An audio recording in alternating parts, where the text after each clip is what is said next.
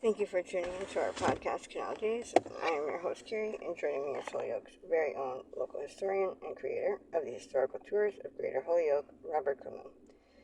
He offers both public and private tours, as well as presentations of historical sites within communities throughout Mass.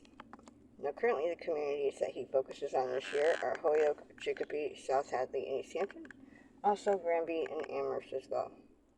His tours focus on canals, reservoirs, cemeteries, and churches, also parks, houses, and streets. He personally gives all of his presentations and tours himself. In today's episode, we will be discussing the Church Street sub-neighborhood located in the community of Chicopee, Mass. So, what famous person lived on Church Street? Church Street in Chicopee had a very famous person named Edward Bellamy. He wrote a novel that was a utopian novel called Looking Backward, 1887 to 2000. And he also wrote a book called Equality. Now, Edward Bellamy was very famous around Chicopee, but also around the entire United States because his socialistic, communistic novel really caught on with groups, and they really appreciate that. His house is now a house museum, and you can go there by appointment or by 3 times a year they open it up. And the house is not used as a residence anymore. It's used as a museum for Chicopee. A great concept. And a lot of communities around Massachusetts has that one house. Holyoke has Wisteria's, South Hadley has a Sycamore House, and Chicopee has the Bellamy House. Now, Church Street had other residents on it, and so the neighbors of Edward Bellamy through the years, he lived there with his parents until adulthood, and then he moved to Boston for a while, and then went to college, and so forth. But the neighbors were such that Edward Bellamy might have been there in 1830, but his neighbors at 81 Church Street was George Rumrill. In 1846 he got there. The Bellamy family was at 91 Church Street from 1830. The Amos Jones family at 99 Church Street from 1840. The Andrew Hubbard family was there in 1837 at 109 Church Street. Notice they're all not odd numbers because on the other side of the street you had a school and a church, and nowadays you have the police station and a fire station there. All right, there was also the Jonathan Carpenter and Samuel Alvarez house, same house, 117 Church Street from 1838. All right, now I call this a sub-neighborhood tour and explanation because I'll get into that. This is where the Chicopee Falls Canal was. So I'm going to tell you about Grove Street. Tell you about some of the mills and housing that was around this and why I'm doing a tour this year. So tell us about the workers on Grove Street. Okay, if you go around Grove Street, you're going to meet up with a Chicopee Manufacturing Company's boarding house. And that sounds sophisticated until you realize there's one left out of about 42 that were along Church Street, Grove Street, and other small streets around this sub-neighborhood. 42 of them serving the Chicopee Manufacturing Company, which is not there anymore, and which was served by the Chicopee Falls Canal from 1823 onwards. And that canal is not there either anymore. So you're seeing one tiny piece of a vast system. None of the mills are left, the canal's not left. Boarding houses are where the workers lived, is one left. So you see a small bit of history. Now the Fixed Rubber Company, or Uniroyal, you may think was on the canal, but it never was, and it came much later. So it wasn't really part of this Chicopee Falls Canal sub-neighborhood that Grove and Church Street are near. And so when I'm going to give a tour, I'm going to make out a very hard fact that this is one of a vast system of homes that is no longer there. Next door to it, the Chicopee Manufacturing Company boarding house at 25 Grove Street. Next door to it, at 33 Grove, is the Polish Home Association structure. But that's fairly modern, 1926. So most of what you're looking at is this one tiny place, plus subset of homes on Church Street. And that's pretty much all left of the Chicopee Falls sub-neighborhood. All the rest is gone. So, quickly before we continue with our interview, just to fill our listeners in, for more information or to sign up for various tours, check out his website at holyokecanaltour.org. And then you can find videos and podcasts of the stops along each tour, as well as photos and text of the historical sites as well. And for private tours and other inquiries, you can email him directly at bobcat4214@yahoo.com. And his tours make for fun educational outdoor activities for families and group parties. So getting back to our interview, tell us about the Chicopee Falls Canal. All right, the Chicopee Falls Canal is the second power canal ever used in the sense of a power canal that pushes hydro-mechanical turbines. It's after the Lowell Canal. It was started in 1823, then it finished the next year, and then it finished a mill ready with turbines in 1825. Now, that canal lasted to 1915, at which point they abandoned it. It wasn't used anymore. Of all the many companies that was along it, they were gone. And it was filled in sometime in the late 1930s. So remnants are far and few between. I showed you this boarding house. There's some of the old Victorian homes left for the middle managers and professionals. The Fisk Mill doesn't count. There is one dam that fed a sub-canal towards the back, and it's breached, but even that came much later. It's not the main dam. The canal is filled in totally such a point that you can't see any remnants of it. But it was a very important power canal along the Connecticut River, Chicopee River, which had 6 power canals, 2 within Chicopee, 1 in Ludlow, 1 in Indian Orchard, part of Springfield, 1 in Wilbraham, and 1 in Palmer. And they grew such to the point that a lot of power was coming out of the Chicopee River. A lot of mills were along it, and a lot of workers. And they developed a lot of villages along here which grew into cities or towns.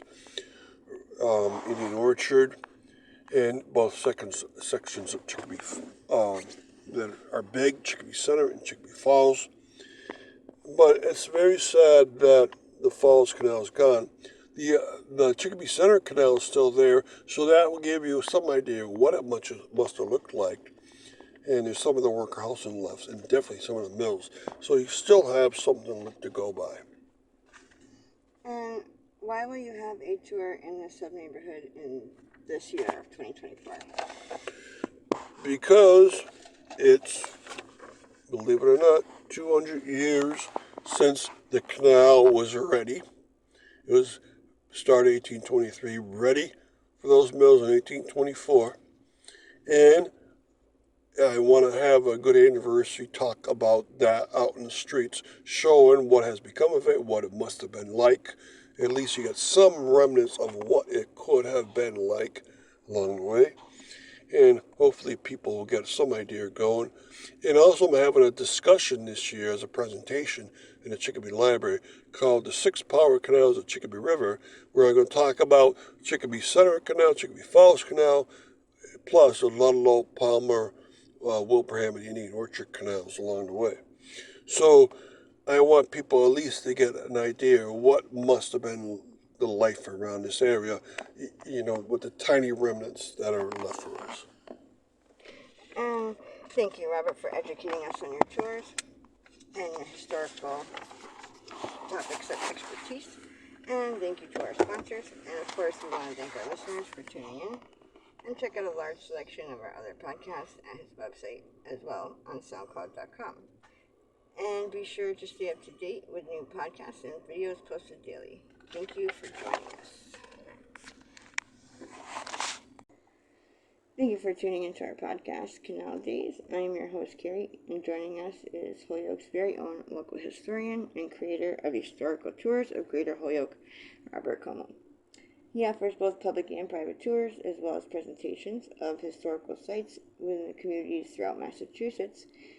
Currently, the communities he focuses on this year include Holyoke, Chicopee, South Hadley, and East Hampton, and also Granby and Amherst. His tours focus on the local canals, reservoirs, cemeteries, and churches, as well as parks, houses, and streets. He personally gives all of his presentations and tours himself. And today's episode, we'll be discussing the book Looking Backward. So tell us about Looking Backward from years 2000 to 1887. All right, this is a novel written in the year 1887 to 1888 by Edward Bellamy of Chicopee, Massachusetts. And I'm going to tell you why I even chose to talk about this. But I'll tell you about Edward Bellamy along the way, and also about his writing, about his philosophy. But the novel itself was his first of only two novels he wrote. He was the son of a minister that lived on Church Street in Chicopee, right at the edge of the Chicopee Falls Canal and manufacturing companies and worker homes. In fact, the reason why I'm doing this review is that in the year 2024, I'm going to have a historical tour along Church Street over to the streets where the mills and the canals were and the worker homes were and stores. And I'm going to talk about what the existence of that area was. The canal's gone, the mills that were on the canal are gone, and his story doesn't mention much of them at all. But he got his philosophy from living on the edge of this kind of mill home life. And it set the tone of the novel. Now, the novel is such that he's, during his heavy sleep in 1887, he's transported in time the day of Memorial Day of that year out to 113 years into the future. And there he wakes up and he's greeted by a Dr. Lee. And they begin to tell each other the philosophy, the characteristics, the properties of the time that they lived in. He talks about 1887, and Dr. Lee talks about the year 2000. And so it's a decent novel to read. I actually enjoyed reading about it, but I'll tell you about that along the way. Interesting. So diving deeper into the subject, why did Edward Bellamy write this book? Because he wanted to point out, from the vantage point of 1887, that society wasn't good enough and that it needed drastic improvements. And he had a way to improve it. He wanted a better society in all ways, and so in his deep sleep that he woke up 113 years later, he woke up into an ideal society. It's called a utopia novel. And he wanted to show how society could be made better if people would just change in that way. I thought it's a much better novel than I ever thought possible. I never read it until later in life, and then all of a sudden I thought, this is a good novel the way it's written. Now, Dr. Leet explains most of the novel, and he talks about his year 2000 Utopia Society in Boston. There also is Mrs. Leet, and there also Edith Leet. And Edith Leet turns out that towards the end of the novel, the character of Justin West and Edith Leet are falling in love, and they get engaged. And that's when Dr. Leet informs the character that this is the granddaughter of his original fiancée from 1887. So he's engaged to be married to the granddaughter of his former girlfriend, right? They can't go back in time anymore, so his life is picked up here. And they realize who he is, but he doesn't realize who they are till much later in the novel. And Mrs. Lee is the daughter of his former fiancée from 1887. Quite a turnaround. So I liked that little part. I liked the discussions of philosophy between the doctor and Justin West. And so it's good to listen about these things. And quickly, before we continue with the rest of our interview, just to fill our listeners in, for more information or to sign up for his various tours, You can check out his website at holyokecanaltour.org. And there you can find videos and podcasts of the stops along each tour, as well as photos and text of the historical sites as well. And for private tours and other inquiries, you can email him directly at bobcat4214, capital B, at yahoo.com. And they make for fun and educational outdoor activities for families and group parties. So getting back to our interview, what do you think of the prose? Okay, the prose is wonderful, and that surprised me. So I didn't want to read it until later in life for other reasons, but the prose was very good. It's a nice story. It develops very well, and it's quite believable, except for the fact he's transported 113 years and wakes up the same age. But the prose is just wonderful, and that part made me read through it with great ease.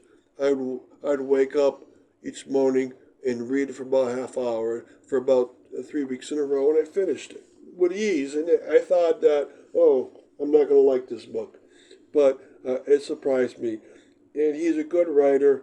He didn't write too many novels. The only other novel he wrote was Equality.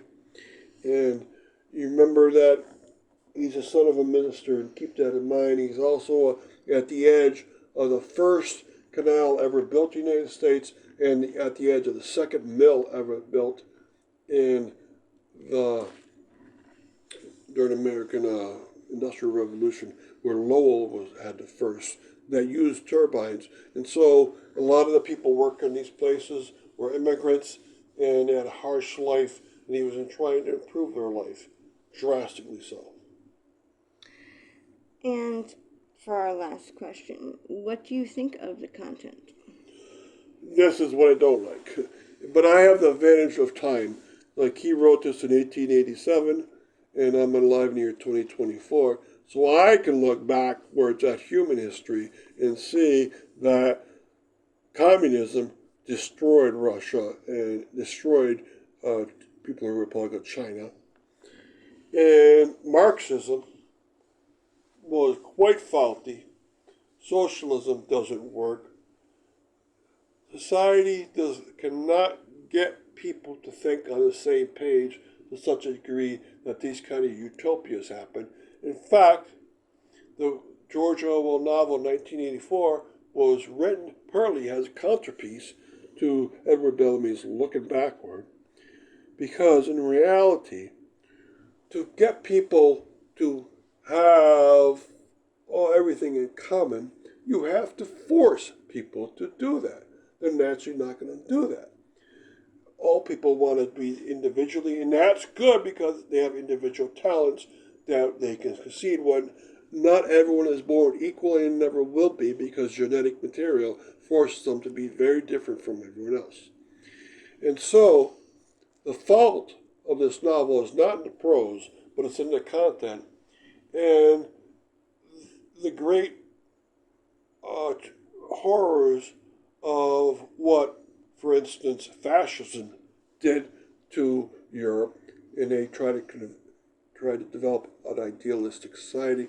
And the great horrors more so that Marxism did in Russia through it trying to be implemented into a communist society. You notice their leaders have to force people to do things, and they kill people to get them to do things. Now, when Bellamy was writing this, he was writing it like 30 years after the Communist Manifesto had come out by Karl Marx. And he didn't have the advantage I have of time of seeing what communism can do to societies. So, in that vein, I had to force myself to read it, and sometimes even force myself through the beautiful prose to know that this is impossible. Don't try. Thank you.